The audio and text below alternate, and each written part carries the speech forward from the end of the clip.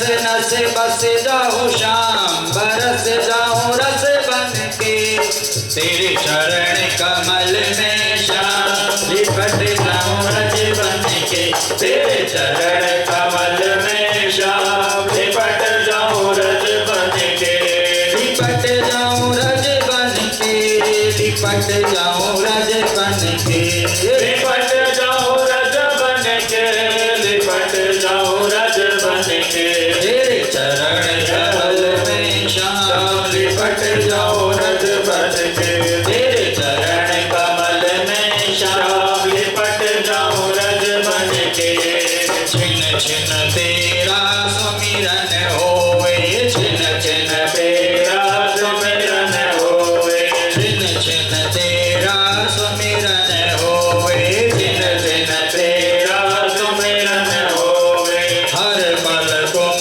पर अर्पण होवे, हर पल तुम पर अर्पण होवे, हर पल तुम पर अर्पण होवे, हर पल तुम पर अर्पण होवे, हर सब दिन आठों या रुके ना मन की मन के, तेरे चरण कमल में श्याम, लिपट जाऊं रज बन के, तेरे चरण कमल में श्याम, लिपट जाऊं रज बन के, लिपट जाऊं रज बन के, लिपट जाऊं रज बन के, लिपट जाऊं रज बन के, लिपट जाऊं रज बन के, लिपट जाऊं रज बन के, लिपट जाऊं रज बन के, लिपट जाऊं रज बन के, लिपट जाऊं रज बन के, तेरे चरण कमल में श्याम, लिपट जाऊं रज बन के, तेरे चरण कमल में श्याम, लिपट जाऊं रज बन के, श्याम सुंदर से लगन लगी है, श्याम सुंदर से लगन लगी है, श्याम सुंदर से लगन लगी है, श्याम सुंदर से लगन लगी है, प्रीत पुरानी मन में जगी है, प्रीत पुरानी मन में जगी है, प्रीत पुरानी मन में जगी है, प्रीत पुरानी मन में जगी है, हरि आ गई तेरे धाम, सुने हो तुम पति तन के, तेरे चरण कमल में श्याम, लिपट जाऊं रज बन के, तेरे चरण कमल में श्याम, लिपट जाऊं रज बन के, लिपट जाऊं रज बन के, लिपट जाऊं रज बन के, लिपट जाऊं रज बन के, लिपट जाऊं रज बन के, लिपट जाऊं रज बन के, लिपट जाऊं रज बन के, लिपट जाऊं रज बन के, लिपट जाऊं रज बन के, तेरे चरण कमल में श्याम, लिपट जाऊं रज बन के, तेरे चरण कमल में श्याम, लिपट जाऊं रज बन के, तेरे चरण कमल में श्याम, लिपट जाऊं रज बन के, तेरे चरण कमल में श्याम, लिपट जाऊं रज बन के, बोले भक्त वत्सल भगवान की जय। ब्रह्मा जी ने यहाँ पर जब भगवान की स्तुति की, भगवान की प्रार्थना की, तो भगवान की स्तुति प्रार्थना करने से ब्रह्मा जी को छींक आई, और ब्रह्मा जी के छींकते ही ब्रह्मा जी की नासिका छिद्र से अंगूठे के बराबर 12 भगवान प्रकट हो गए। बोले 12 भगवान की जय। आवाज नहीं आई सबकी, बोले 12 भगवान की जय। देखते ही 12 भगवान का विकराल काय रूप, घ्राणेन पृथिव्या पदवीं विजिघ्रत्, क्रोडापदेशा स्वयमध्वरङ्गन्, कराल दृष्टोप्य कराल त्रिभ्याम्, उद्विक्ष विप्रान् गृणतो विशद्गम्। विकराल काय रूप जो 12 भगवान ने धारण किया, और अपनी नासिका से पृथ्वी को सूंघते हुए जब छलांग लगाई तो सीधा रसातल में पहुंच गए। रसातल में जो पृथ्वी थी, उस पृथ्वी को अपने दाढ़ों पर रख करके, 2 दांत निकले हुए थे 12 भगवान के बाद, उस पर पृथ्वी को रख करके और जल से ऊपर आ रहे थे तो पीछे से एक दैत्य हिरण्याक्ष आया, जो वारा भगवान से कहता है कि अरे शूकर तू कहाँ जा रहा है, हमारी पृथ्वी को लेकर के, तो हमारी है, रुक जा। वारा भगवान कुछ नहीं बोले, पलट करके नहीं देखा, परंतु जब पृथ्वी को जल के ऊपर स्थापित कर दिया, अब लौट करके आए। तूने मुझे शूकर कहा, तू तो ग्राम सिंह है। मैं शूकर हूँ, जंगल में रहने वाला वराह जो कंदमूल फल खाता है, और तू तो जो है ग्राम सिंह है। गली मोहल्ले में जो भौंकने वाले कुत्ते होते हैं उन्हें ग्राम सिंह कहते हैं, तो ग्राम सिंह है। क्या कह रहा, पृथ्वी तेरी है? तो वहीं पर महाराज युद्ध प्रारंभ हो गया वारा भगवान और हिरण्याक्ष के बीच, और देखते देखते वारा भगवान ने जोर का झापड़ दिया, और वहीं पर हिरण्याक्ष का गोविंदाय नमो नमः, वारा भगवान की जय, हिरण्याक्ष मर्दन भगवान की जय।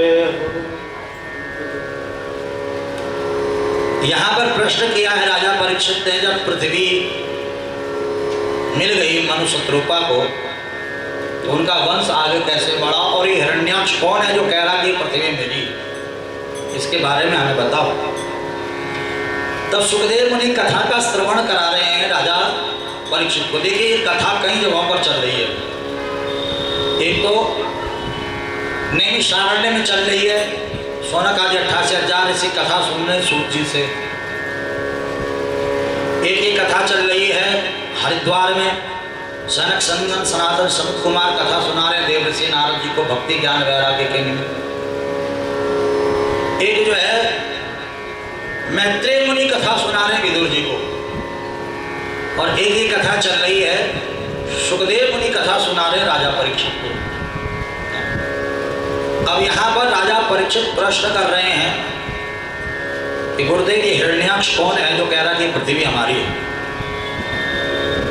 तो यहाँ पर सुखदेव जी कहते हैं कि परीक्षित ये हिरण्याक्ष अकेला नहीं है, ये दो भाई हैं, हिरण्याक्ष और हिरण्यकश्यपु, और ये कोई साधारण दैत्य नहीं, भगवान के पार्षद हैं जय विजय, जिन्हें दैत्य बन करके आना पड़ा राक्षस योनि में। तब भगवान के पार्षदों को राक्षस बन करके आना पड़ा, ये कथा आप हमें श्रवण कराओ, ऐसा कैसे हो गया। तो सुखदेव मुनि कहते हैं कि राजा परीक्षित, एक बार भगवान के पार्षद जय विजय को अहंकार आ गया था। देखिए पद का अहंकार, रूप का अहंकार, धन का अहंकार, प्रतिष्ठा का अहंकार, कहीं को मकान दुकान का अहंकार, कहीं को सौंदर्य का, किसी भी चीज का अहंकार हो जाता है। प्रधानमंत्री का चपरासी अपने आप को प्रधानमंत्री से कम नहीं समझता है, किसी छोटा मोटा नेता का चपरासी अपने आप को नेता से कम नहीं समझता है। तो भगवान के पार्षदों को भी अहंकार हो गया है, हम तो भगवान के द्वारपाल हैं, बिना हमारी मर्जी के कोई भगवान से मिल ही नहीं सकता है। अगर हम कहें सांप भीतर है तो भीतर है, अगर हम कहें कि सांप नहीं है तो हमारा कई बार चक्कर कटवा ले, मजा ले कोई मिल जाए।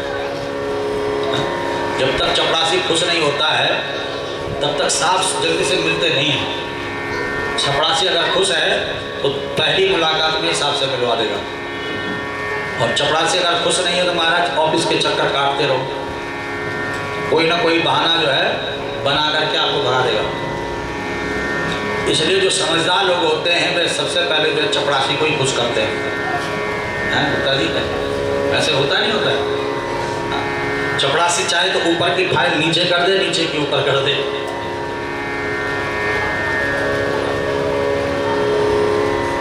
तो यहां पर महाराज भगवान के पार्षदों को अहंकार आ गया। एक दिन लक्ष्मी जी जा रही थी वैकुंठ में भीतर नारायण से मिलने के लिए, तो द्वार पे ही रोक दिया जय विजय ने, रुक जाओ माता जी कहाँ जा रही हो। लक्ष्मी जी ने कहा भीतर जा रही हो नारायण से मिलने के लिए। जय विजय ने कहा माता जी भीतर कहाँ जा रही हो, भीतर तो नारायण है ही नहीं, नारायण तो जा रखे हैं पृथ्वी लोक में, आप जाइए बाद में आना जब नारायण आ जाएंगे।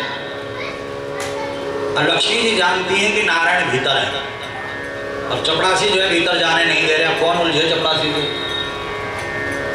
तो लक्ष्मी जी सीधा जो है यहाँ से चल पड़ी। आज नारायण प्रभु से लक्ष्मी जी ने कहा, प्रभु आपके द्वारपालों को, चपरासियों को अहंकार हो गया। आप भीतर वैकुंठ में थे, मैं आ रही थी, इन्होंने मना कर दिया। नारायण प्रभु कहते हैं कि मेरे भक्ति मार्ग पर अगर कोई चले तो सबसे पहले मैं भक्त का अहंकार ही नष्ट करता हूँ। पद का अहंकार हो तो पद से जो है पद विहीन कर देता हूँ, रूप का अहंकार है तो रूप से कुरूप कर देता हूँ, धन का अहंकार है तो धन से जो है चुप कर देता हूँ, गरीब बना देता हूँ, सौंदर्य का अहंकार है तो सौंदर्य को, सब जिस भी चीज का अहंकार है सबसे पहले उसे खत्म करता हूँ। जय विजय का अहंकार भी मैं नष्ट करूंगा। और आज भगवान संत कुमारों के मन में प्रविष्ट हो गए। संत कुमारों के मन में आया चलो भगवान नारायण से मिलकर के आते हैं। संत कुमार नारायण से मिलने के लिए जब वैकुंठ में पहुंचे तो जय विजय ने रोक दिया, अरे कहाँ जा रहे बच्चों, बाहर जाओ। सनत कुमार को क्रोध आ गया, बताओ भगवान के पार्षद होकर के ऐसी अज्ञानियों जैसी बात कर रहे, जाओ हम तुम्हें श्राप देते हैं, तुम्हें 3 जन्म असुर योनि में जाना पड़ेगा, राक्षस बनना पड़ेगा।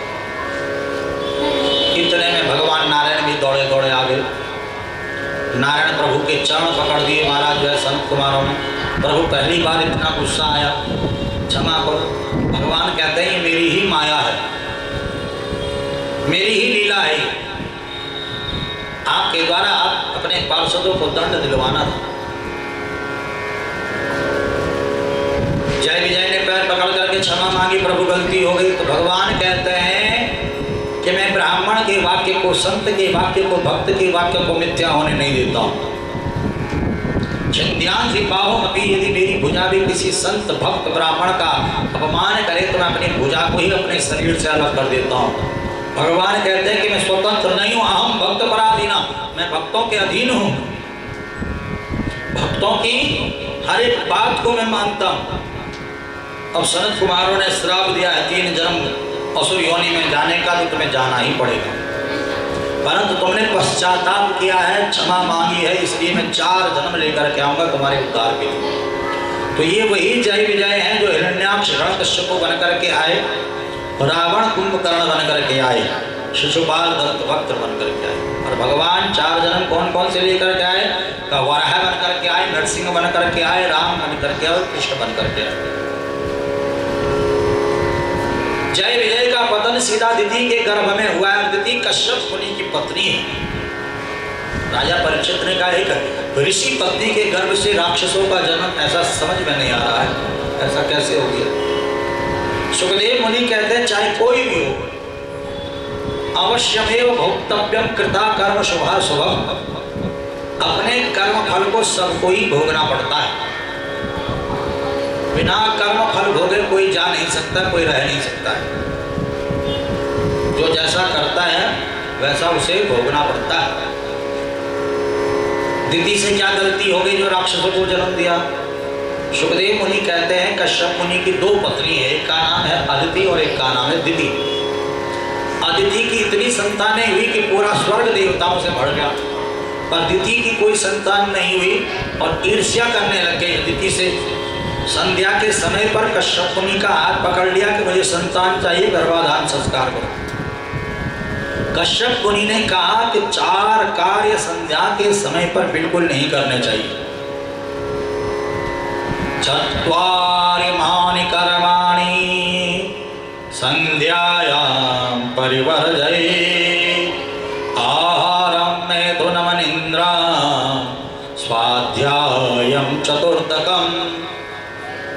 संध्या के समय पर भोजन नहीं करना चाहिए, शरीर में रोग होते हैं।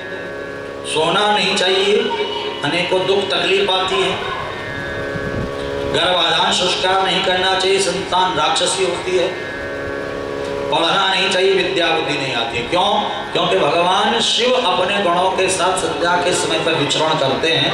जो जैसा कर्म कर रहा था वैसा फल दे देते हैं। इसलिए संध्या के समय पर भजन करना चाहिए, कीर्तन करना चाहिए, भगवान का ध्यान करना चाहिए, स्मरण करना चाहिए। इसीलिए कहा गया है हरि का नाम लेने में तेरी क्यों जीभ लगती है। हरि का नाम लेने में तेरी क्यों जीभ लगती है। ये प्रभु का सुमिरन करने में तेरी क्यों जीभ लगती है। ये प्रभु का सुमिरन करने में तेरी क्यों जीभ लगती है। तेरी क्यों जीभ लगती है, तेरी क्यों जीभ लगती है।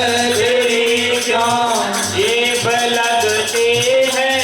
तेरी क्यों जीभ लगती है। हरि का नाम लेने में तेरी क्यों जीभ लगती है। हरि का नाम लेने में तेरी क्यों जीभ लगती है।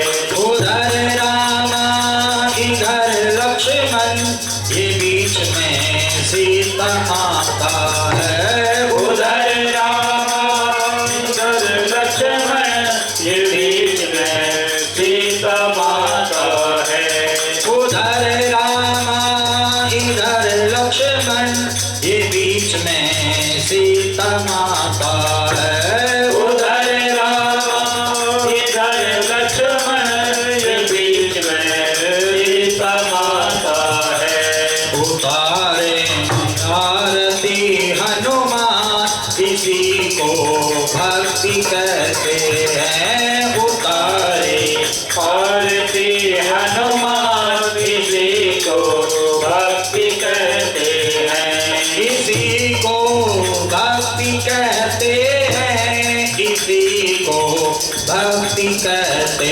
हैं। किसी को भक्ति कहते हैं। किसी को भक्ति कहते हैं।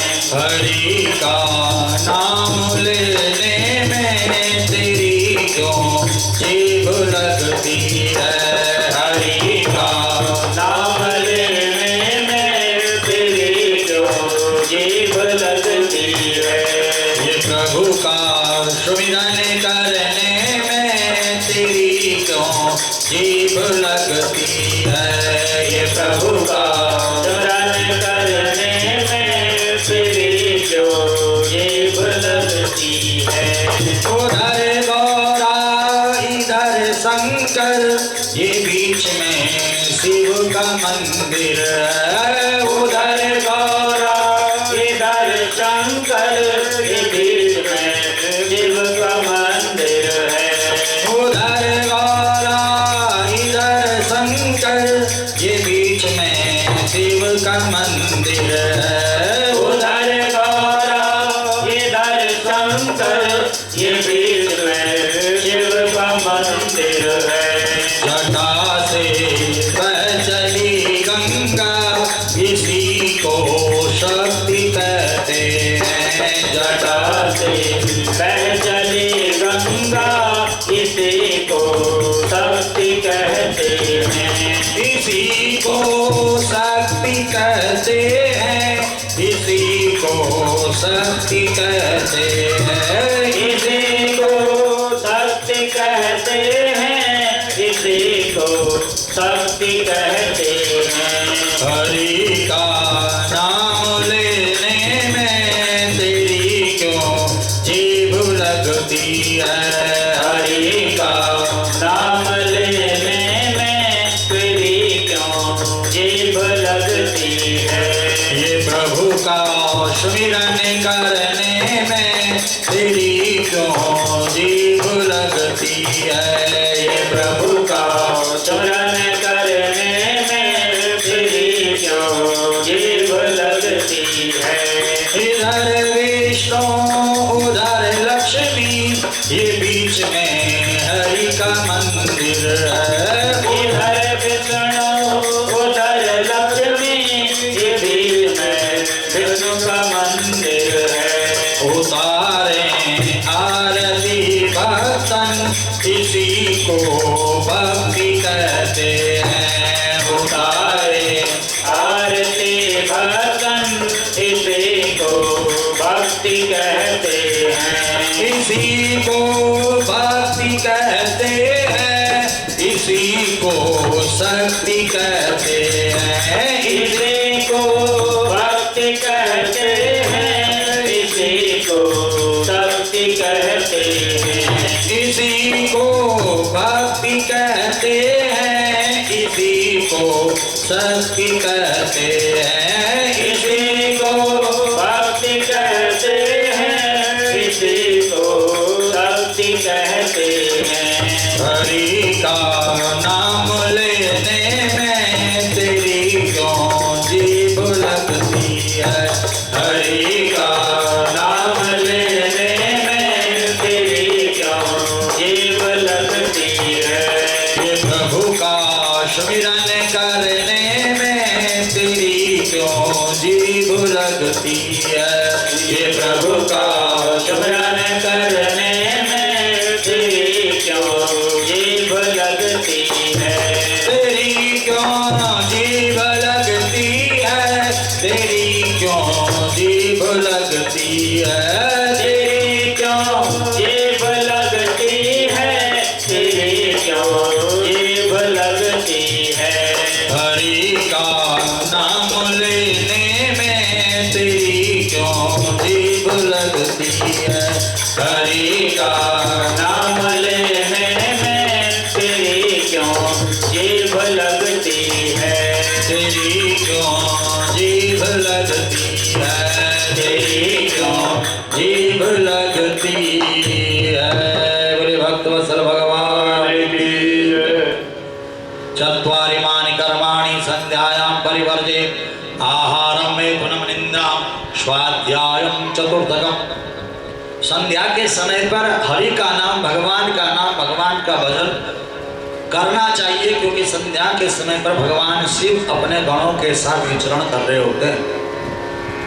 पर दिति ने यहाँ पर हट किया, जिद किया, गर्भाधान संस्कार हुआ।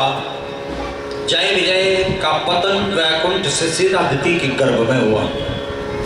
दिति को बहुत ज्यादा पश्चाताप हुआ। कश्यप मुनि ने कहा, दिति तुम्हारे गर्भ से एक नहीं दो बालक जन्म लेंगे और दोनों राक्षस होंगे। दिति रोने लग गई कि हमारा कुल कलंकित हो जाएगा, हमारी पीढ़ियां नरक में चली जाएंगी, हमारा जो है सारे पितरों को नरक में जाना पड़ेगा। तब कश्यप मुनि कहते हैं, दिति तुमने जो है पश्चाताप किया है, तुम्हारे पुत्रों को मारने के लिए स्वयं भगवान आएंगे और तुम्हारे पुत्र का जो पुत्र होगा नाम प्रहलाद होगा, भगवान का अनन्य भक्त होगा। और शास्त्र कहता है, कुलम पवित्रम जननी कृतार्था वसुंधरा पुण्यवती च तेना अपार संवेद सुख सागरेस्मिन् लीनं करे ब्रह्मणि यस्य चेता कुलम पवित्रम जननी कृतार्था। जिस कुल में, जिस घर में प्रभु भक्त बालक या बालिका का जन्म हो जाता है, उसकी 21 पीढ़ियों का उद्धार हो जाता है। 7 मातृपक्ष, 7 पितृपक्ष और 7 ससुराल पक्ष। कुल पवित्र हो जाता है, माँ का जीवन धन्य हो जाता है, पृथ्वी आनंदित हो जाती है, पितृ प्रसन्न हो जाते हैं, देवता प्रसन्न हो जाते हैं, आगे यज्ञ करने वाला, अनुष्ठान करने वाला, पूजा करने वाला। ये हतोश्चक्रधरेण दैत्य त्रैलोक्यनाथेन जनार्दनेन ते ते गता विष्णुपुरीं विमुक्ता क्रोधोऽपि देवस्य वरेण तुल्यम्। और जो भगवान के हाथों से मरा है सो तरा है। प्रसंग आता रावण का। रावण से बड़ा विद्वान, रावण से बड़ा ज्ञानी, रावण से बड़ा पराक्रमी न कोई हुआ न कोई होगा।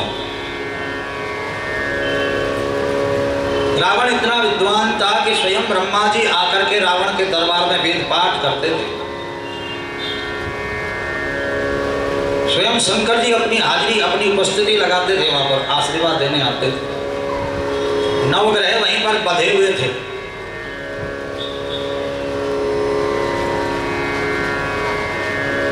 यहां तक कि बहुत सुंदर एक प्रसंग आता है गुप्ता जी। उस समय पर एक दिन पार्वती जी ने देखा कि लक्ष्मी जी के पास भी दिव्य महल है, वैकुंठ है। सरस्वती जी के पास भी महाराज बड़ा सुंदर जो है ब्रह्मलोक है। इंद्राणी के पास देखो सुंदर स्वर्ग लोक है। और मेरे पास क्या है? कैलाश पर्वत पर एक गुफा। भगवान शंकर जी के चरण सेवा करते हुए कहा कि मुझे भी ऐसा महल चाहिए जो किसी के पास ना हो। भगवान शिव ने कहा कि ये हमारा गुफा जो है, कैलाश पर्वत जो है, किसी महल से कम थोड़ी ना है।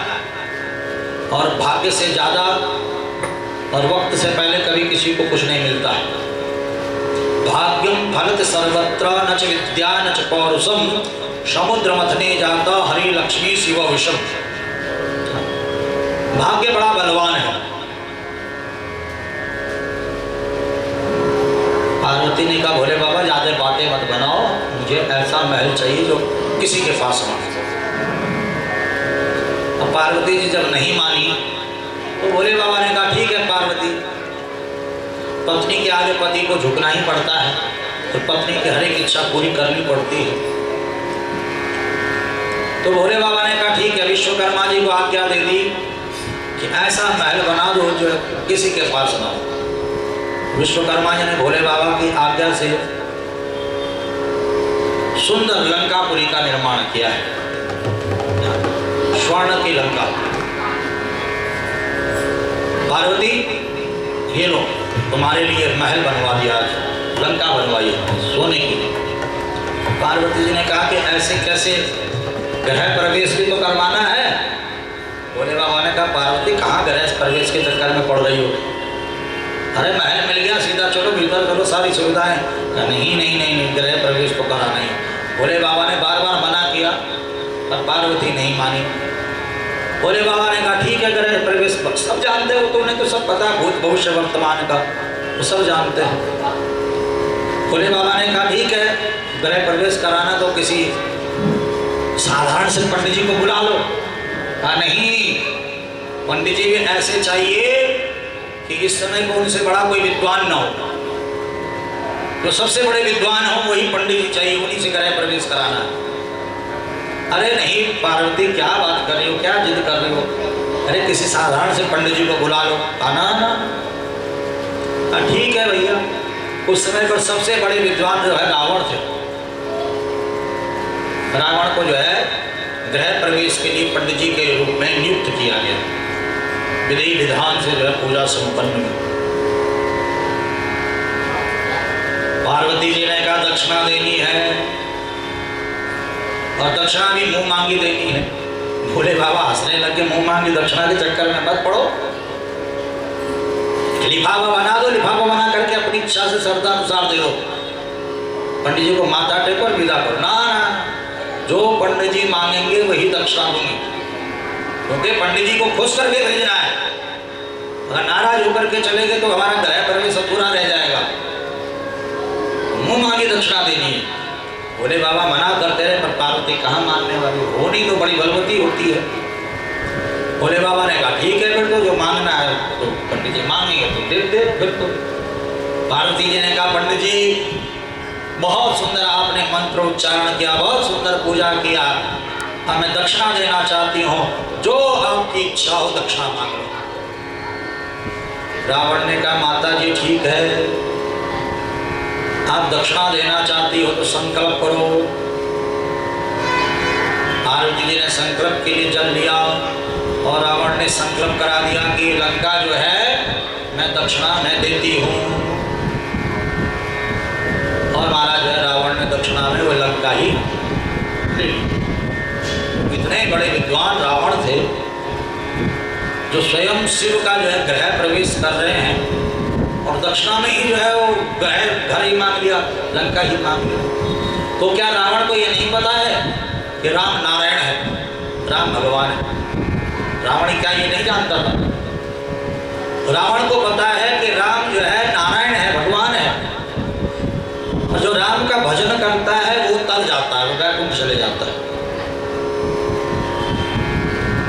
परंतु रावण जानता है कि जिस कुल में मैंने जन्म लिया है, राक्षस कुल, इन राक्षसों को कहूंगा कि पूजा कर लो, पाठ कर लो, भजन कर लो, तो ये नहीं करेंगे, ये नहीं मानेंगे। और इस राक्षस कुल का उद्धार भी मुझे ही कराना है। तो भजन करने से भी वैकुंठ मिलता है, और राम के हाथों से जो मरता है सो भी वैकुंठ को जाता है। भजन से तो केवल मैं अपना उद्धार कर पाऊंगा, और इन राक्षसों को कहूंगा कि भजन कर दो तो ये नहीं करेंगे।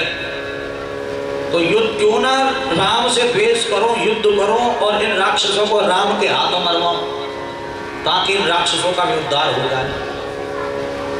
तो रावण ने राम का भजन न करते हुए द्वेष मार्ग चुना, युद्ध चुना, और राम रावण युद्ध में जितने भी राक्षस मारे गए सब भगवान के वैकुंठ में। यहाँ पर श्लोक है, ये हता शक्रधरेण दैत्यस्य त्रैलोक्यनाथेन जनार्दनेन तेते गता विष्णुपुरीं विमुक्ता क्रोधो विदेवस्य वरेण तुल्यम्। भगवान के क्रोध में भी वरदान छुपा हुआ है। श्रेष्ठ व्यक्ति जब गुस्सा करते हैं तो उसमें भी कृपा छुपी होती है।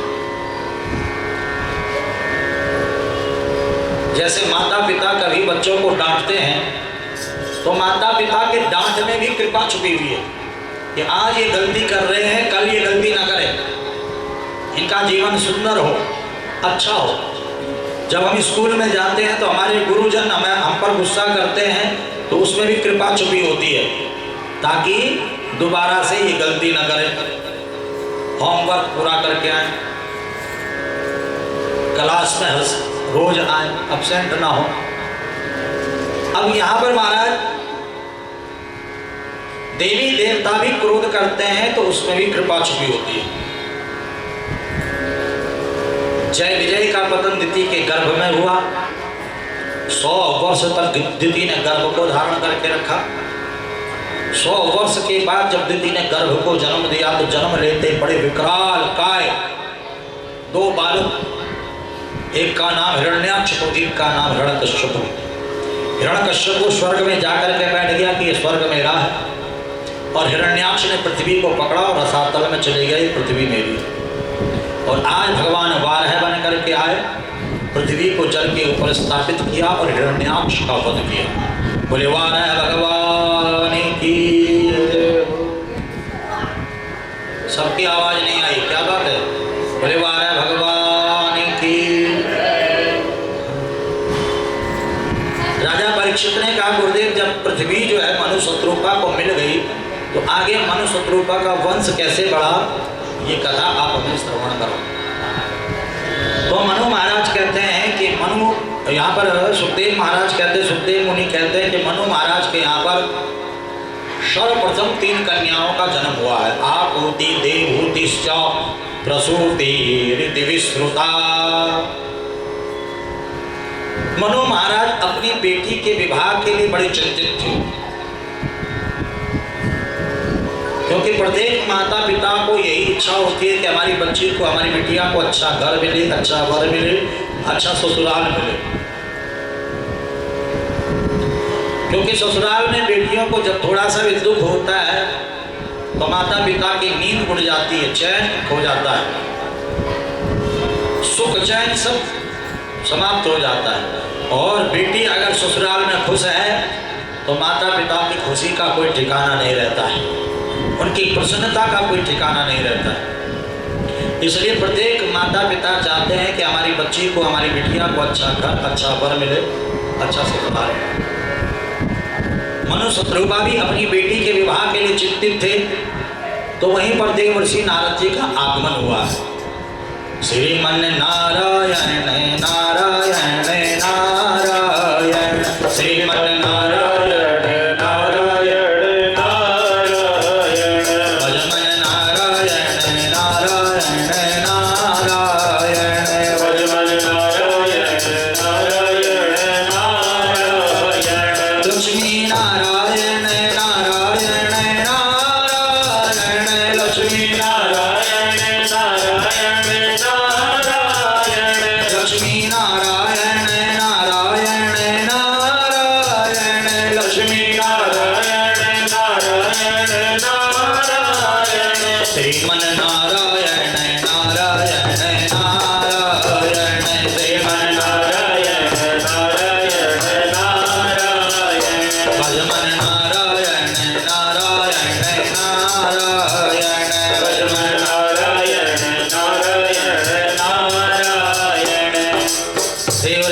नारद जी नारायण नारायण नारायण नाम संकीर्तन करते हुए मनु संप्रोपा के पास पहुंचे हैं।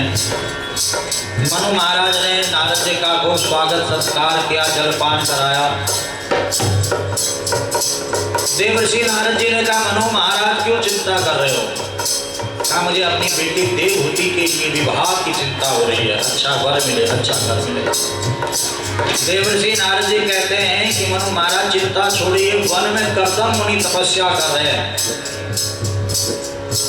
आप अपनी बेटी देवहूति को ले जाकर के देवहूति का पाणी ग्रहण संस्कार, विवाह संस्कार कर्दम मुनि के साथ संपन्न कीजिए।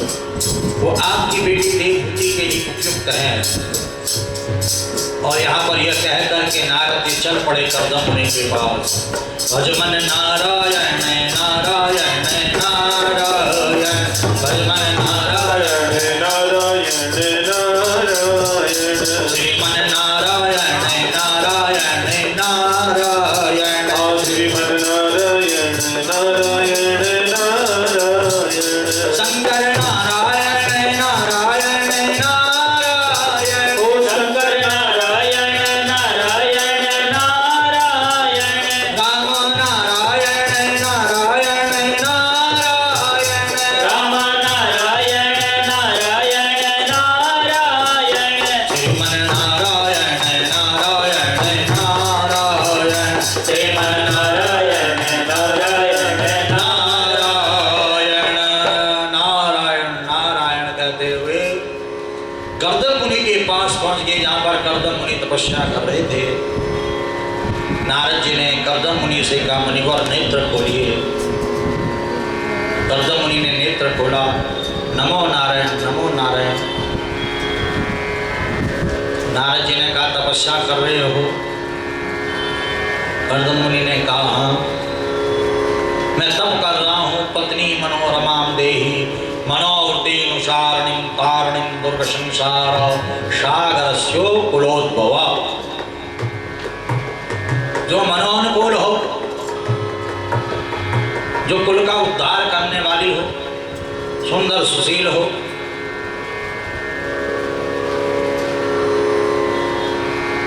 पत्नी मनोरमाम देहि मनोवृत्तिनुसारणिं तारणिं दुर्ग संसार सागरस्यो कुलोद्भव, जो कुल का उद्धार करने वाली।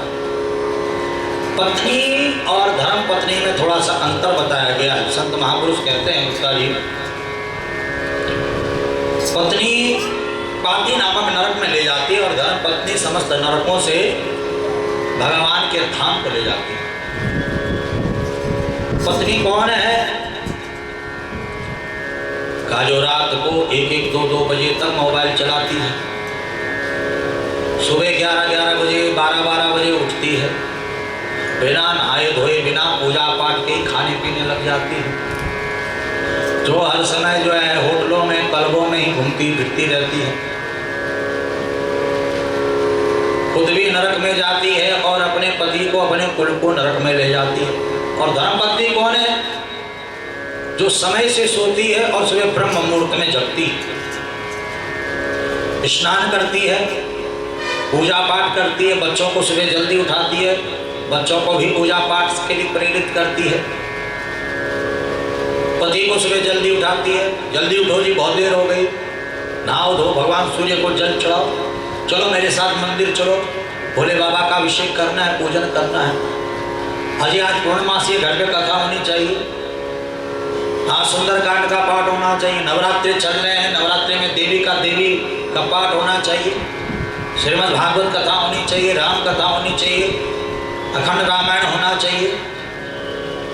आज यह गरीबों को भोजन कराना है, आज गरीबों को कपड़ा दान करना है, आज पानी पिलाना है। मतलब सत्कर्म से जो खुद भी जुड़ी रहती है, अपने पति को भी जोड़ती है, अपने बच्चों को भी जोड़ती है, अपने पूरे परिवार को जो है अच्छे मार्ग पर चलाने का जो काम करती है उसे धर्म पत्नी कहते हैं। वो अपना भी उद्धार करती है और अपने कुल का भी उद्धार करती है। इसलिए कर्दम मुनि चाहते कि मुझे पत्नी नहीं धर्म पत्नी मिले, और मंत्र जप रहे हैं, पत्नी मनोरमां देहि मनोवृत्तेनुसारणिं तारणिं दुर्ग संसारो सागरस्यो कुलोद्भव। और आज नारद जी ने कह दिया, कर्दम मुनि आप तो स्वागत की तैयारी करो, मनुशत्रुपा अपनी बेटी देवहूति को लेकर के आएंगे, उनके साथ आप पाणी ग्रहण संस्कार करना, वे आपके मनोनुकूल है। नारद जी कह करके चले गए। कर्दम मुनि स्वागत की तैयारी में लग गए और आज मनुशत्रुपा आए और वहाँ का जो सुंदर वातावरण देखा, मनुशत्रुपा आनंदित हो गए। सुंदर सुंदर फलों के वृक्ष हैं, पुष्पों के वृक्ष हैं, पुष्पों की सुगंधी से पूरा का पूरा वन सुगंधित है। सुंदर झरना बह रहा है, एक ही झरने पे हिरण भी जल पी रहा तो शेर भी जल पी रहा है। एक ही जगह पे चूहा भी रह रहा है, मेंढक भी रह रहा है और सर्प भी रह रहा है। सुंदर वहां पर गौ माता की सेवा हो रही है, पक्षियों का सुंदर कलरव हो रहा है, सुंदर शीतल हवा बह रही है, मन को बड़ी शांति मिल रही है, बड़ा आनंद आ रहा है। कर्दम मुनि ने मनुशत्रुपा का स्वागत किया। मनुशत्रुपा कर्दम मुनि को देख करके बड़े प्रसन्न हुए। कहा मुनिवर, ये हमारी बेटी है देवहूति, और नारद जी ने हमारी बिटिया के लिए उपयुक्त वर आपको बताया है। हम अपनी बिटिया का पाणी ग्रहण आपसे कराना चाहते हैं, कन्यादान आपको देना चाहते हैं। कर्दम मुनि कहते हैं राजन, देव ऋषि नारद जी ने आपकी बिटिया के गुणों के बारे में बताया है। कौन अभागा होगा जो आपकी बेटी से पाणी ग्रहण संस्कार नहीं करेगा। वो विधि विधान के साथ मनुशत्रुपा ने अपनी बिटिया देवहूति का पाणी ग्रहण संस्कार कर्दम मुनि के साथ संपन्न किया है। और जब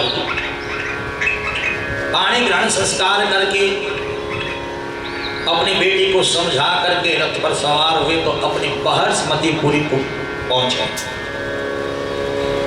कर्दम मुनि ने देवहूति को सुंदर आसन पर बिठाया और जैसे ही घूंघट उठाया, जिसकी रचना इतनी सुंदर, वो कितना सुंदर होगा, तो कर्दम मुनि की यहाँ पर समाधि हो गई।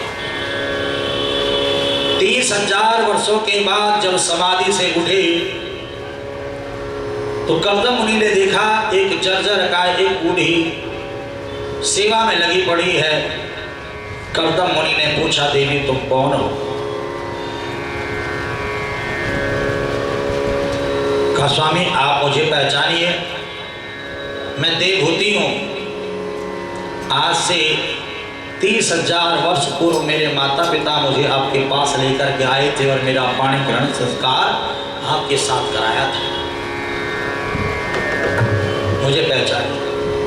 कर्दम मुनि की आंखों से अश्रु बहने लगे। एक सम्राट की बेटी और यहाँ इस झोपड़ी में, इस कुटिया में देवी चली क्यों नहीं गई आप अपने माता पिता के पास? स्वामी मेरे माता पिता ने ये नहीं कहा था कि वापस आ जाना, कोई कष्ट होगा कोई दुख होगा तो चले जाना, नहीं। माता पिता ने कहा था बेटी घर से डोली निकलती है माता पिता के यहाँ से और पति के यहाँ से अर्थी निकलती, कन्यादान हमने दान दे दिया है, अब तुम्हारा सब कुछ तुम्हारे पति के सेवा है।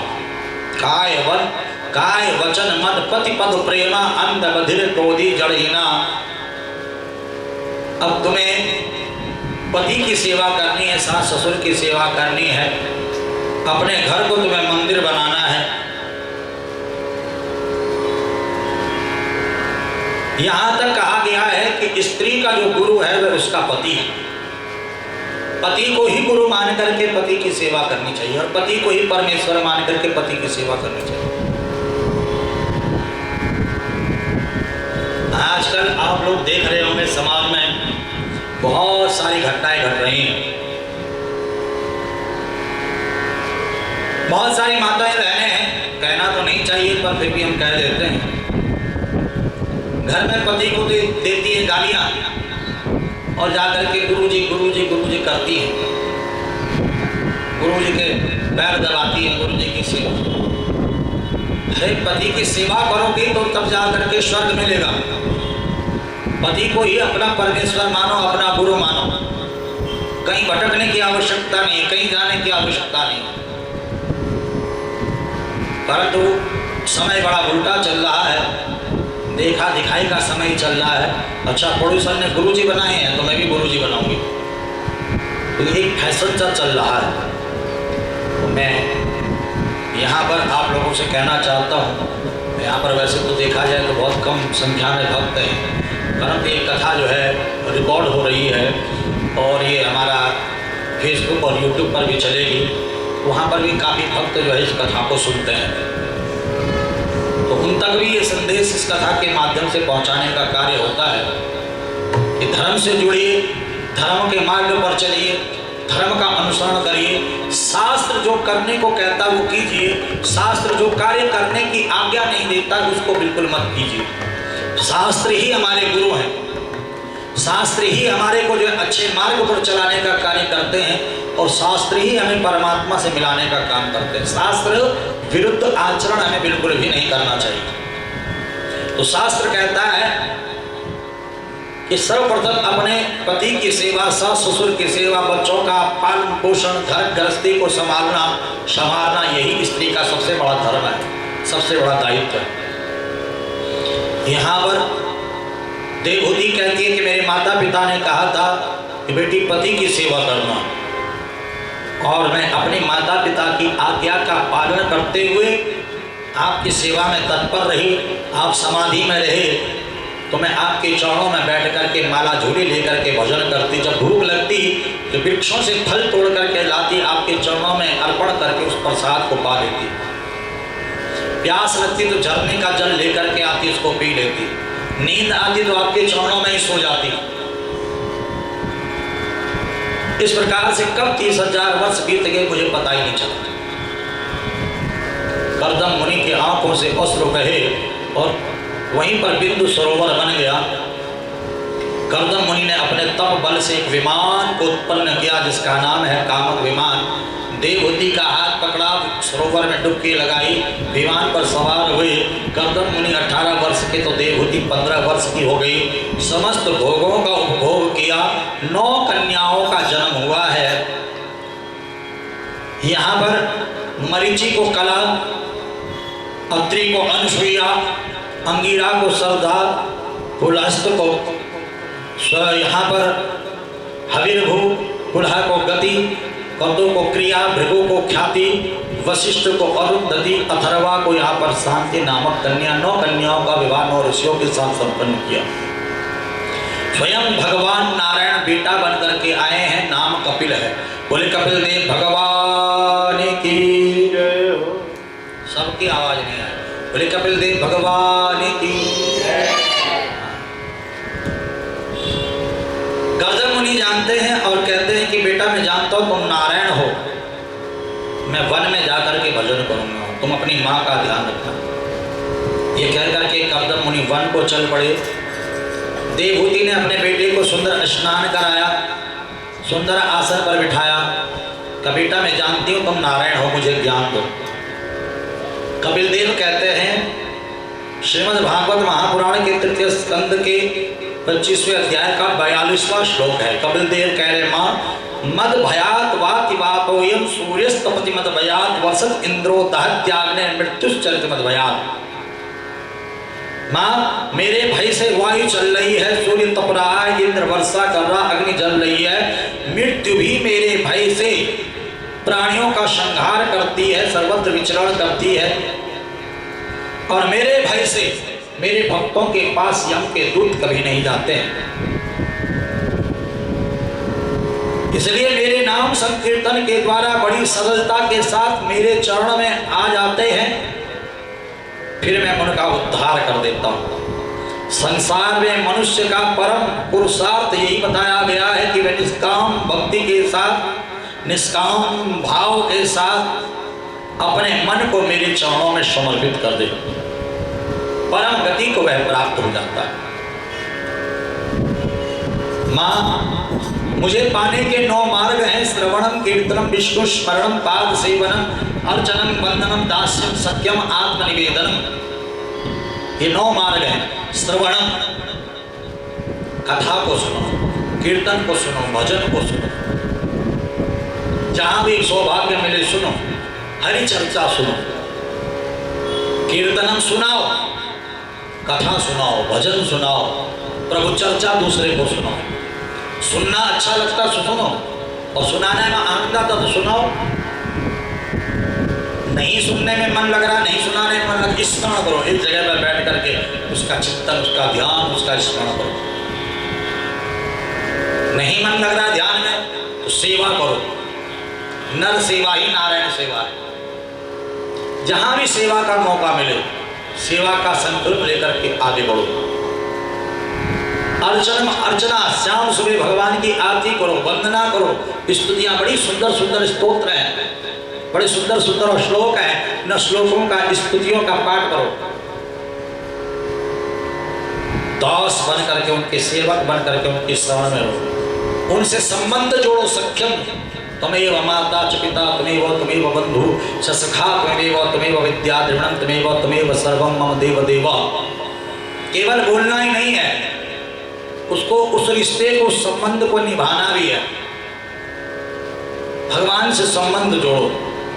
और आत्मनिवेदन, तन मन धन सब कुछ है तेरा, प्रभु क्या लागे मेरा। प्रभु ने हमें दिया है तो प्रभु नाम के लिए खर्च करने में कोई भी संकोच नहीं होना चाहिए। परमात्मा ने दिया है तो तेरा तुझको अर्पण, क्या लागे मेरा। प्रभु नाम प्रचार का जो है संकल्प लेकर के आगे बढ़ो।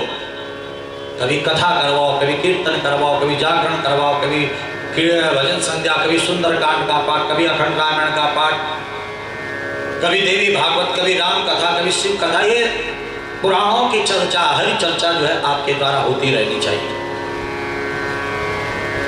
माँ कहती है बेटा ये भजन पूजन में तो मन लगता ही नहीं है।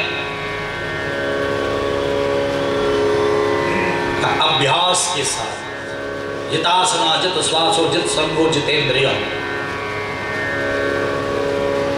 कबीरदास जी भी कहते हैं, कबीरा यह मन लालची समझे नहीं गवार, भजन करने को आलसी और खाने को होशियार। कबीरदास जी कहते हैं मन बड़ा लालची है, भजन पूजन में तो आलस आता है, नींद आती है, परंतु जब खाने पीने की बारी आती है तो सारी नींद भाग जाती है, सारा आलस भाग जाता है। मन के मारे बन गए बन तज बस्ती, माई कहे कबीर क्या कीजिए मन ठहरे ना। ये मन ठहरता ही नहीं, टिकता ही नहीं। मन के हारे हार है, मन के जीते जीत, मन ही मिलावे राम से और मन ही करावे। ये मन ही है जो राम से मिला सकता है, मन ही है जो 84 के चक्कर में फंसा सकता है। इसलिए इस मन को परमात्मा के चरणों से जोड़ना है। कैसे? देखो इंद्रियों के घोड़े ना ऐसे भगे, इनमें हरदम ये संयम के घोड़े पड़े। इंद्रियों को संयमित रखोगे तो ये मन अपने आप ठाकुर जी के चरणों में लग जाएगा। पर इस मन को जोड़ना बड़ा कठिन है। यह तो गति है कटपटी झटपट लगे न कोई, जो मन की खटपट मिटे तो झटपट दर्शन हो। तो इस मन को परमात्मा से जोड़ना है, और जब ये मन परमात्मा से जुड़ जाएगा तभी जाकर के परमात्मा का साक्षात्कार होगा। यहाँ पर यम नियम आसन प्राणायाम प्रत्याहार धारणा ध्यान समाधि अष्टांग योग का ज्ञान दे करके कपिल देव चले गए। माँ सिद्धदा नामक नदी के रूप में पंडित हो गई। जो इस कथा का श्रवण मनन चिंतन करता है वो भगवत धाम का अधिकारी हो जाता है। बोले भक्तवत्सल भगवान की मनोस्तु शत्रुपाय स्त्रय कन्या सुजग्रे आपूति देवभूतिश्च प्रसूति रीति विश्रुता। देवभूति का पावन चरित्र आपने सुना। आपूति का विवाह रुचि, यहाँ पर आपूति का विवाह जो है पुत्रिका धर्म के रूप में किया गया है रुचि प्रजापति के साथ। पुत्रिका धर्म जैसे पहले क्या होता था कि बेटी का विवाह कराते थे। जब इकलौती बेटी है, बेटा नहीं है, तो एक शर्त के साथ जो है कन्या का दान दिया जाता था, बेटी का विवाह कराया जाता था। इससे जो भी पहली संतान होगी वो आप हमें दोगे, जिससे हमारा वंश आगे बढ़ जाए। तो यहाँ पर आपूति का विवाह पुत्रिका धर्म के रूप में जो है रुचि प्रजापति से हुआ। यज्ञ एवं दक्षिणा की उत्पत्ति भी, यज्ञ दक्षिणा का जो है विवाह होगा। प्रसूति का विवाह दक्ष के साथ हुआ। दक्ष की बेटी सती, सती का विवाह जो है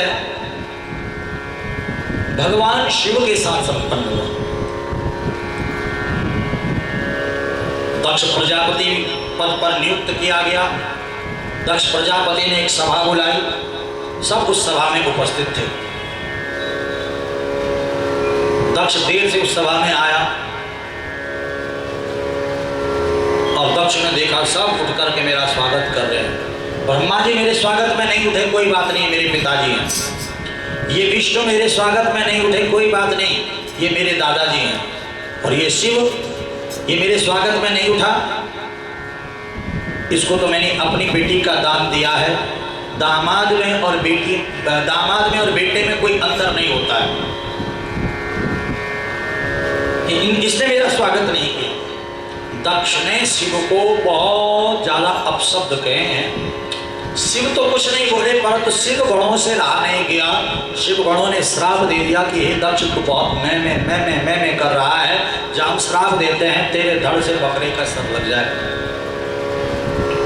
दक्ष के अनुयायी ने भी श्राप देना शुरू कर दिया। झगड़ा ज्यादा बढ़ने लगा तो भगवान शिव ने सोचा कि मेरे कारण झगड़ा हो रहा है तो मैं ही यहाँ से चले जाऊं। तो भगवान शिव पहुंच गए कैलाश पर्वत। पीछे पीछे शिव के गण भी पहुंच गए। आज दक्ष ने हरिद्वार में कनखल में शिव अपमान के लिए यज्ञ का आयोजन किया। सबको यज्ञ में बुलाया, केवल शिव को नहीं बुलाया। सती को पता चला कि मेरे पिता के यहाँ यज्ञ हो रहा है तो सती ने भगवान शिव से कहा कि आपके ससुर जी के यहाँ यज्ञ हो रहा है। ये नहीं कहा मेरे पिता के, आपके ससुर, आपका भी संबंध है। भगवान शिव ने कहा कोई चिट्ठी पत्री, कोई निमंत्रण? सती कहती है भोले बाबा ऐसा हो नहीं सकता है कि चिट्ठी पत्री निमंत्रण ना आया हो। हरिद्वार से कैलाश की दूरी बहुत ज़्यादा है, डाकिया आ रहा होगा, रास्ते में होगा, बर्फ भी बहुत ज़्यादा पड़ती है, हो सकता बर्फ में दब गया हो। अगर हम जो है चिट्ठी पत्री की प्रतीक्षा करेंगे तो भंडारा समाप्त हो जाएगा। भगवान शिव ने कहा कि बिना बुलाए नहीं जाना चाहिए। सती कहती है भोलेनाथ आपने ही तो कहा है कि बहुत से स्थान ऐसे होते हैं जहाँ पर निमंत्रण की प्रतीक्षा नहीं करनी चाहिए। जैसे माता पिता के घर, गुरु के घर, भगवान के मंदिर में, भगवान की कथा में, बेटी के घर, किसी प्रिय मित्र के यहाँ पर बिना बुलाए चले जाना चाहिए। भगवान शिव कहते हैं ठीक है मैंने एक बात तो कही है, परंतु जहाँ पर जाकर के अपमान हो वहाँ पर नहीं जाना चाहिए, क्योंकि अपमान के मृत्यु से भी बढ़कर के कष्ट को दे सकता है। आवत ही हर से नहीं नैनन बने सर तुलसी तहाँ ना जाइए चाहे कंचन बरसे ने। सती कहती है मेरे पिता के यहाँ कौन सा अपमान हो। अब जब कहा मेरे पिता के यहाँ तब भगवान शिव ने पूरी की पूरी बात बताई। ब्रह्मा विष्णु और बीच में मैं देखा तो ब्रह्मा और विष्णु बैठे हुए तो मैं बीच में कैसे खड़ा हूँ, अच्छा नहीं लगूंगा, इसलिए मैंने बैठे बैठे प्रणाम किया। तेरे पिता को ये प्रणाम समझ नहीं आया, पर आज मेरे लिए जो है अपमान के लिए जो है यज्ञ का आयोजन कर रहा हूँ। पूरी बात बताई। सती कहती है कि भोले बाबा आप बच जाइए पर मैं तो जाऊँगा। बेटियों का अपने मायके से बड़ा लगाव होता है और सती भगवान शिव के बार बार कहने पर भी उस यज्ञ में आई और सती ने देखा कि सबके लिए पूजन सामग्री है, आसन है, केवल शिव का कोई स्थान नहीं है। तो सती को बड़ा क्रोध आया और कहा पिताजी हरिहर निंदा सुने काना होए पाप को घात समाना काटिया जीव जास बसाई श्रवण मूड नथ चली पड़ाई। जहाँ पर भगवान शिव की निंदा या विष्णु की निंदा, पति की निंदा, गुरु की निंदा होती है, जो निंदा करता है या सुनता है उसे गो हत्या जनित पाप लग जाता है।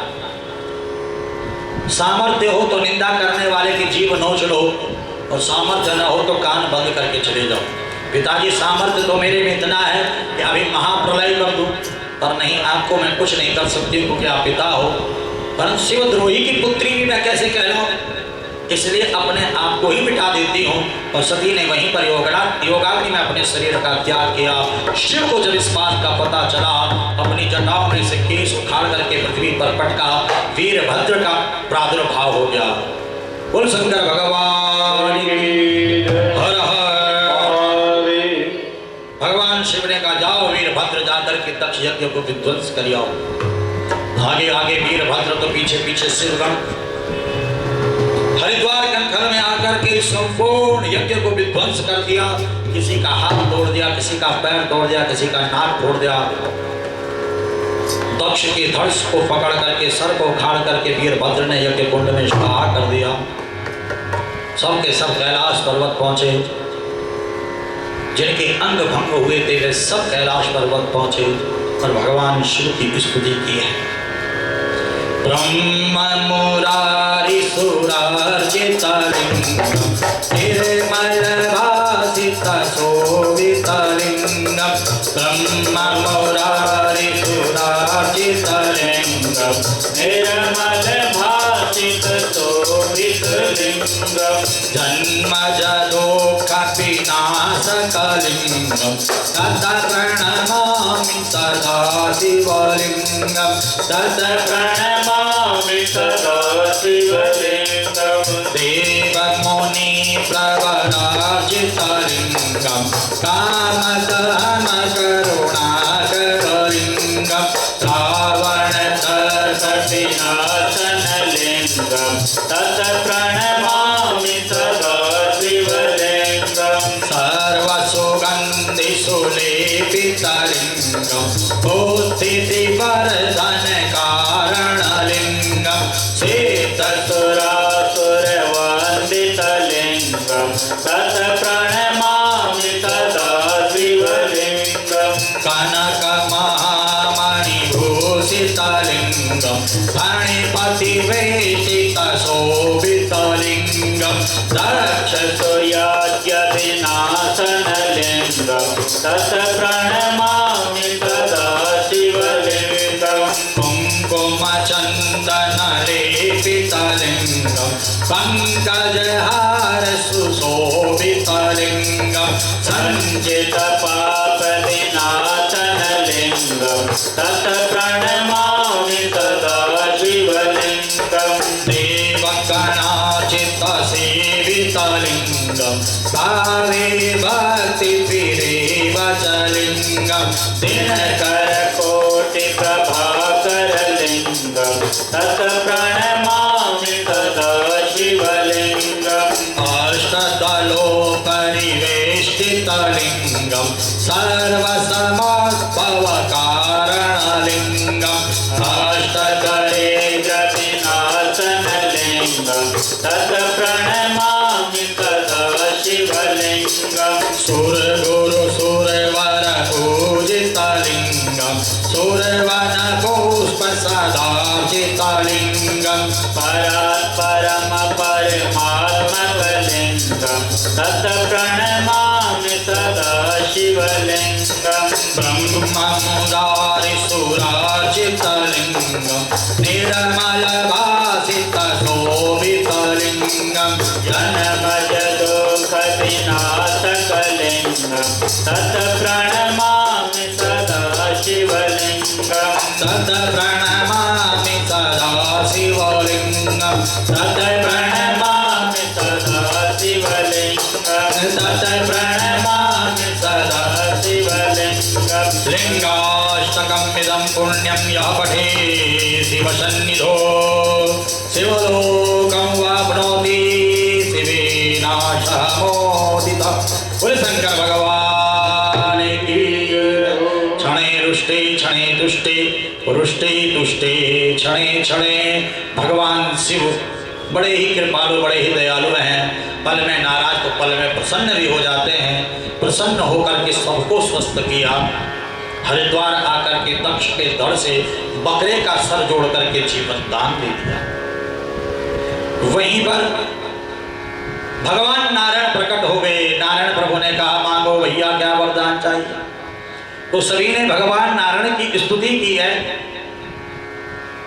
स्वागतम ते प्रसीदेश तुभ्यं नमः श्रीनिवास श्रियोकांत मात्रायिनः।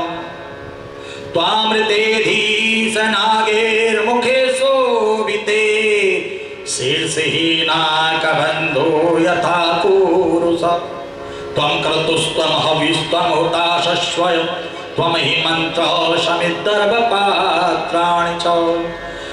त्वं सदस्तेर्ज्यो दंपतिर्देवता अग्निहोत्रं स्वधा सोम आजं पशु त्वं पुरागाम रसाय महाशूकरो दृष्टया पद्मनिमवारणेन्द्रो यथा स्तूयमानो नदल्लीलया योगिभिर्युच्चारत त्रयीगात्रयज्ञक्रतु।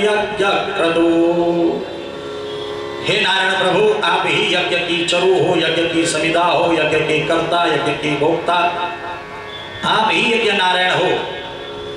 जिस यज्ञ में आपका आगमन हो जाता है वे यज्ञ अपने आप में संपन्न माना जाता है। प्रभु, आज आपके इस यज्ञ में आने से ये यज्ञ संपन्न हो चुका है। अगर वरदान देना चाहते हो, आशीर्वाद देना चाहते हो, तो यही आशीर्वाद, यही वरदान दो कि आज से भगवान शिव दक्षेश्वर के रूप में हमेशा हरिद्वार में वास करें और भक्तों की मनोकामना को पूर्ण करें। तो भगवान आशीर्वाद देते हैं कि भगवान शिव दक्षेश्वर के रूप में सदा सर्वदा हरिद्वार में वास करेंगे और सभी भक्तों की मनोकामनाओं को पूर्ण करेंगे।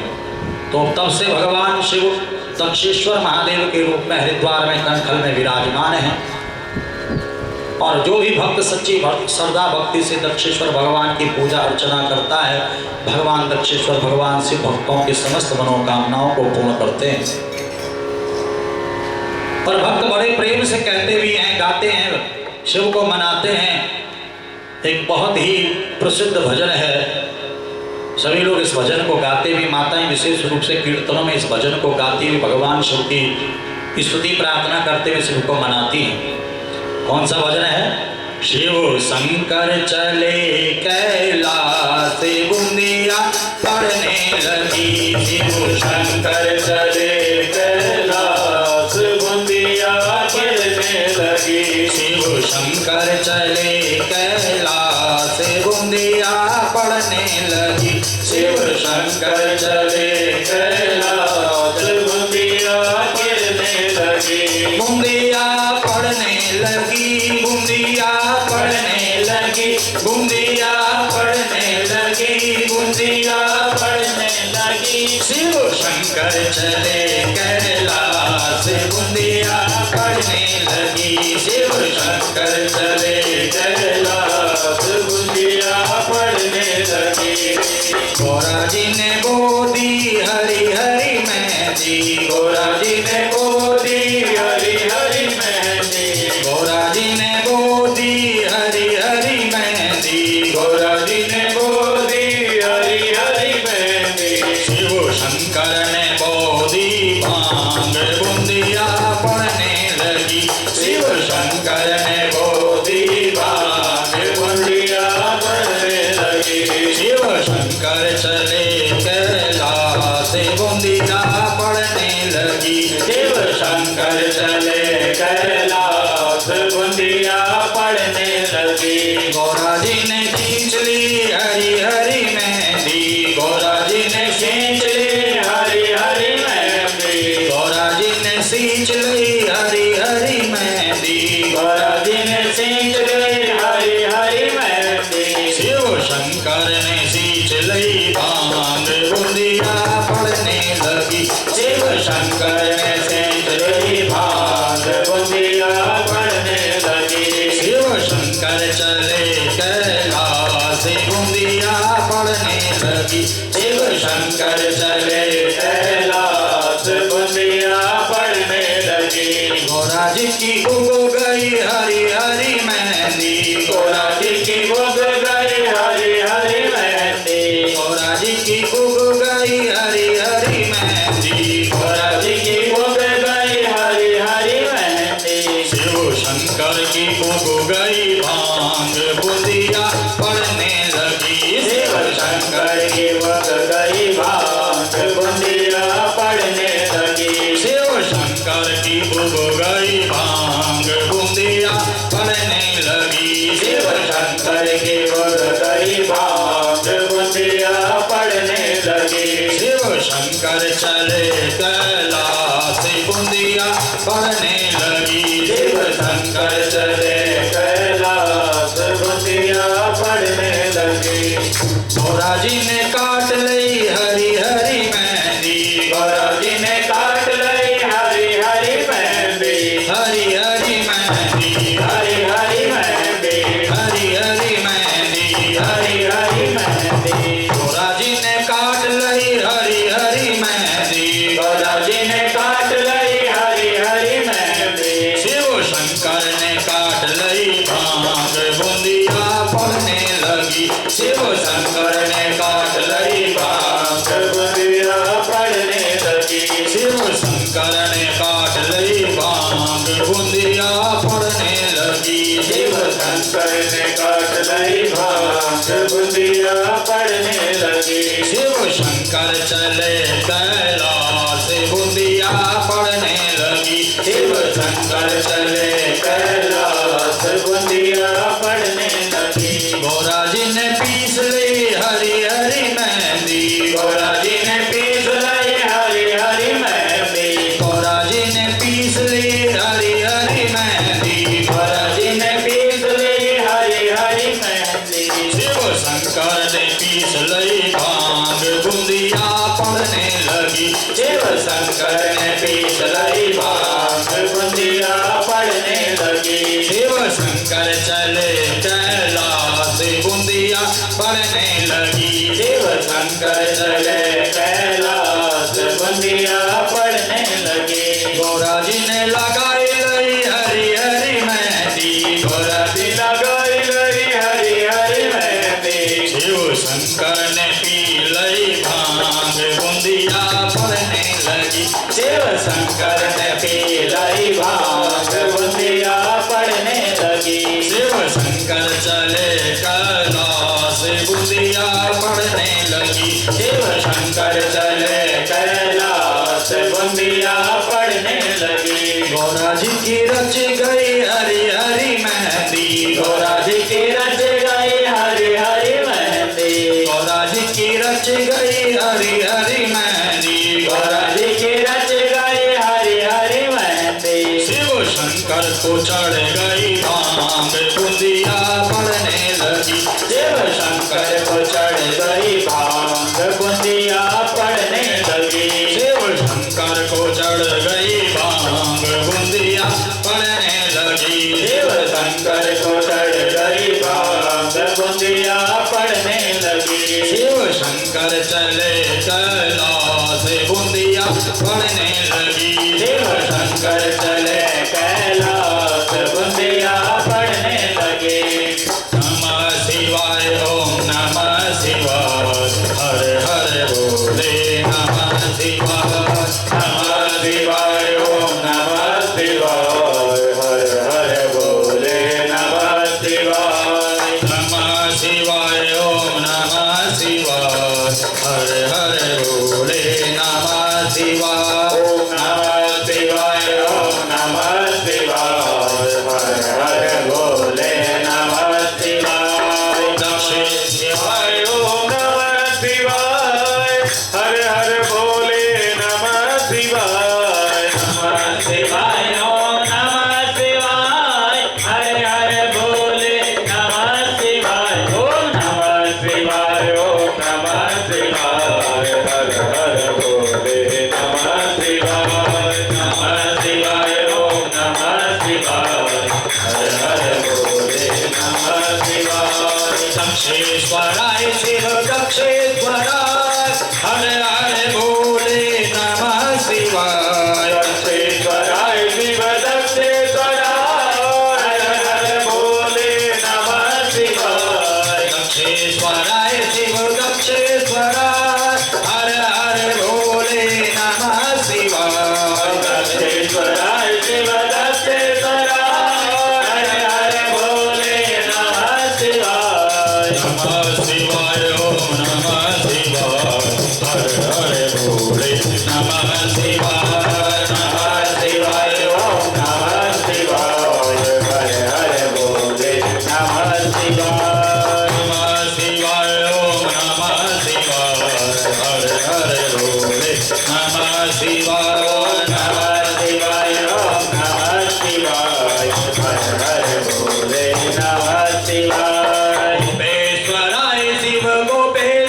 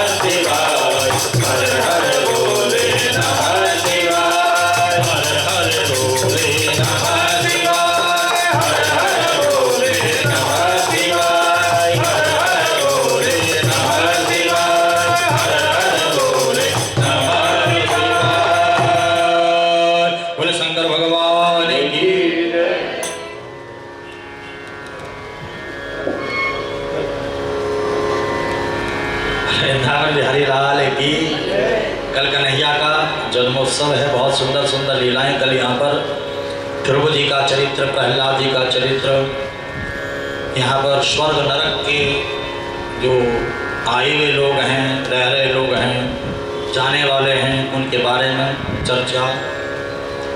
यहाँ पर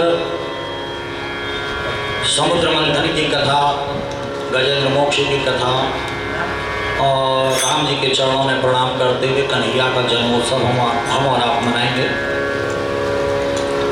और जो भी लोग यहाँ पर ठाकुर जी को माखन मिश्री का भोग लगाना चाहे या टॉफी बिस्कुट खिलौना ठाकुर जी को अर्पण करके ठाकुर जी को भोग लगाना चाहे वो लगा सकते हैं। बहुत सुंदर कथाएं हैं। आप सभी को आज तृतीय दिवस की बहुत बहुत शुभकामनाएं, बहुत बहुत बधाइयाँ। भाई वो बड़े बड़ा कहाँ रह गया? आइए आप देखिए, गुप्ता परिवार यहाँ पर आ जाएगा। यहाँ पर श्रीमती किरण गुप्ता जी, श्री अशोक गुप्ता जी, डॉक्टर अंशु गुप्ता जी, डॉक्टर राजकुमार गुप्ता जी, मिशिका गुप्ता, मेहिका गुप्ता, संपूर्ण गुप्ता परिवार अपने इष्ट मित्र बंधु बांधवों के साथ अपने पितरों के उद्धार के लिए, अपने आत्म कल्याण के लिए इस दिव्य यज्ञ का आयोजन कर रहा है। और गुप्ता परिवार को बहुत बहुत आशीर्वाद देता हूँ। पीछे हमारे अतुल कपूर जी भी हैं, सभी को लेकर के आगे आ जाएंगे आरती के लिए कपूर साहब। और बड़े प्रेम और बड़े भाव के साथ हमारे डॉक्टर साहब आगे आ जाएंगे, राजकुमार जी।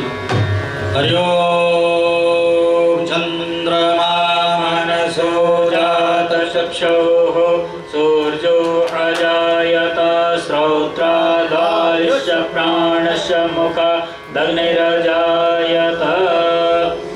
ओम आरती कुंज बिहारी की, श्री गिरधर कृष्ण मुरारी की। आरती कुंज बिहारी की, श्री गिरधर कृष्ण मुरारी की। आरती श्यामा प्यारी की, श्री गिरधर कृष्ण मुरारी की। आरती श्यामा प्यारी की, श्री गिरधर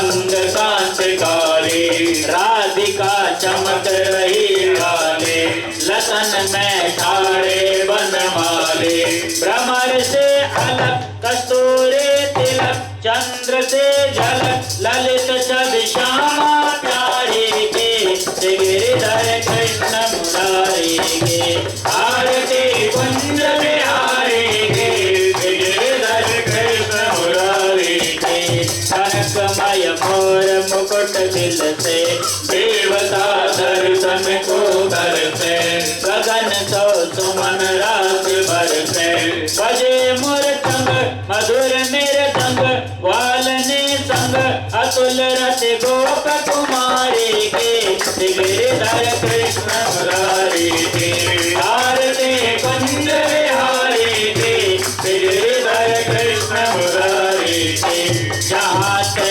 प्रगट भई गंगा, सकल मन हारण श्री गंगा, सन से होत मोह भंगा, बसे शिव से जटा के बीच, हरे अग के चरण जब से बनवारी के, गिरिधर कृष्ण मुरारी के, आरती कुंज बिहारी के, गिरिधर कृष्ण मुरारी के, आरती श्यामा प्यारे के, गिरिधर कृष्ण मुरारी के, आरती रसिक बिहारी के, गिरिधर कृष्ण मुरारी के, चमकते उज्ज्वल तट रेणु, बज रही वृंदावन धेनु, चहुं दिश गोपी ग्वाल धेनु, अशत मृदु मंद चांदनी तंग, कटत भव फंद तैर सुन दीन दुखारी के, गिरिधर कृष्ण मुरारी के, आरती कुंज बिहारी के, गिरिधर कृष्ण मुरारी के, आरती श्यामा प्यारे के, गिरिधर कृष्ण मुरारी के, आरती श्यामा प्यारे के, गिरिधर कृष्ण मुरारी के, आरती बांके बिहारी के, गिरिधर कृष्ण मुरारी के, आरती राधा प्यारे के, गिरिधर कृष्ण मुरारी के, कर्पूर गौरम करुणावतारम, संध्वारधारम भुजगेन्द्रहारम, सदा वसंतम हृदयारविंदे, भवं भवानी सहितं नमामि, त्वमेव माता सदा त्वमेव, त्वमेव बन्धो सदा त्वमेव, त्वमेव विद्या द्रविणं त्वमेव, त्वमेव सर्वं मम देव देव, त्वमेव सर्वं मम देव देव। प्रणम्मा पुष्पे देवता प्रणम्मा